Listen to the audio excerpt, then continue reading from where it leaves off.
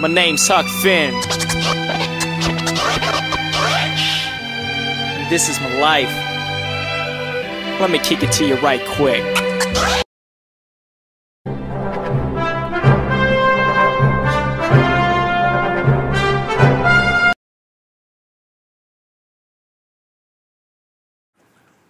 Solomon was the wisest man, because the widow told me so, her own self.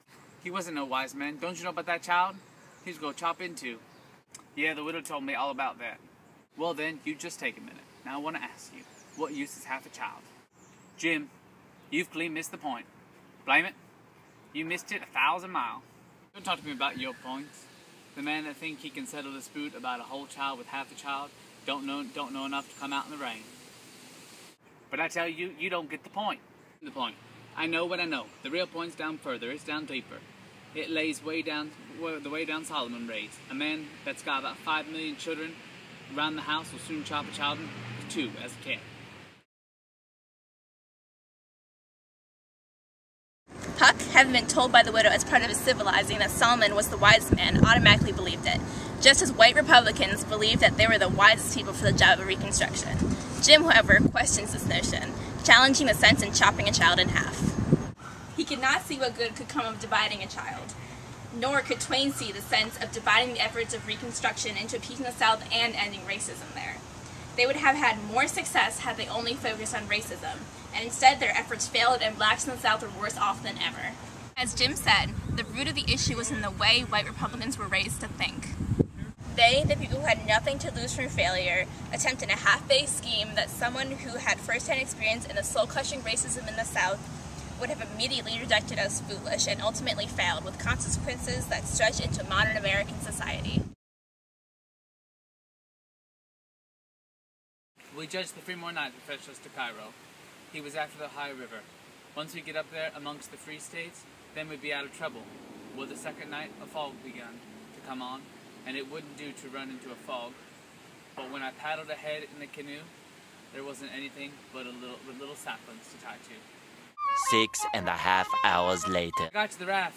Jim was sitting there with his head down between his knees asleep.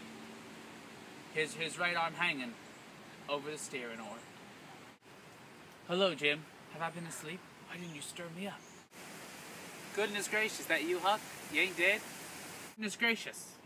What makes you talk so wild, as if I've been gone away? Huck Finn, ain't you been gone away?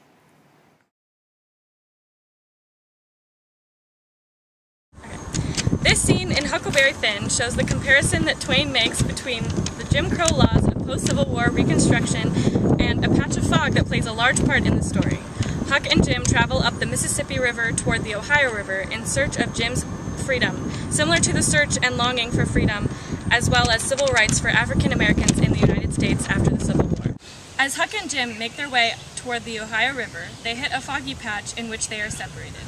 The two of them hit numerous other obstacles as they make their way up the river, but this is the largest, as it separates them for a substantial period of time.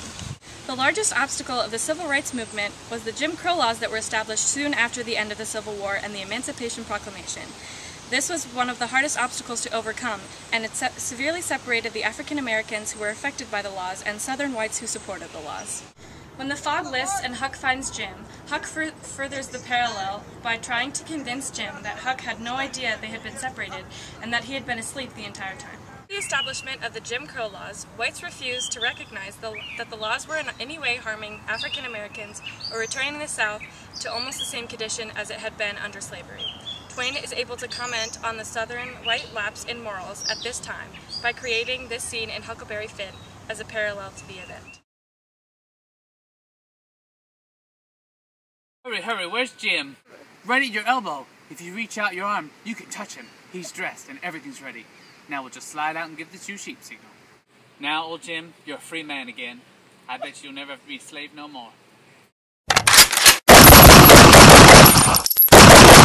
We need a doctor for Tom. Tomorrow for sure. You can't lynch him.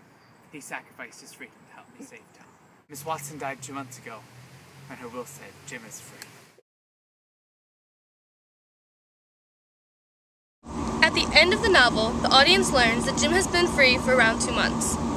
thus showing that the effort the boys put into hiding Jim and keeping him away from public was actually pointless, as he could not technically be captured as a runaway slave.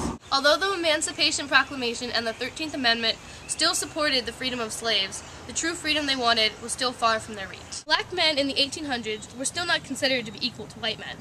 In the novel, Twain used Jim's freedom to show how even though he was free under legal terms, he still wasn't considered free in the eyes of society, who still saw him as a slave.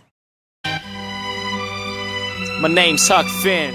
Way up the river, but this is the largest, as it separates them for This is right. Round. Well, stop that. Okay. I need to read this line once before I say it. I know. proclamation. These were. Just say go before you hit the button. Say go, and then hit the button. Okay.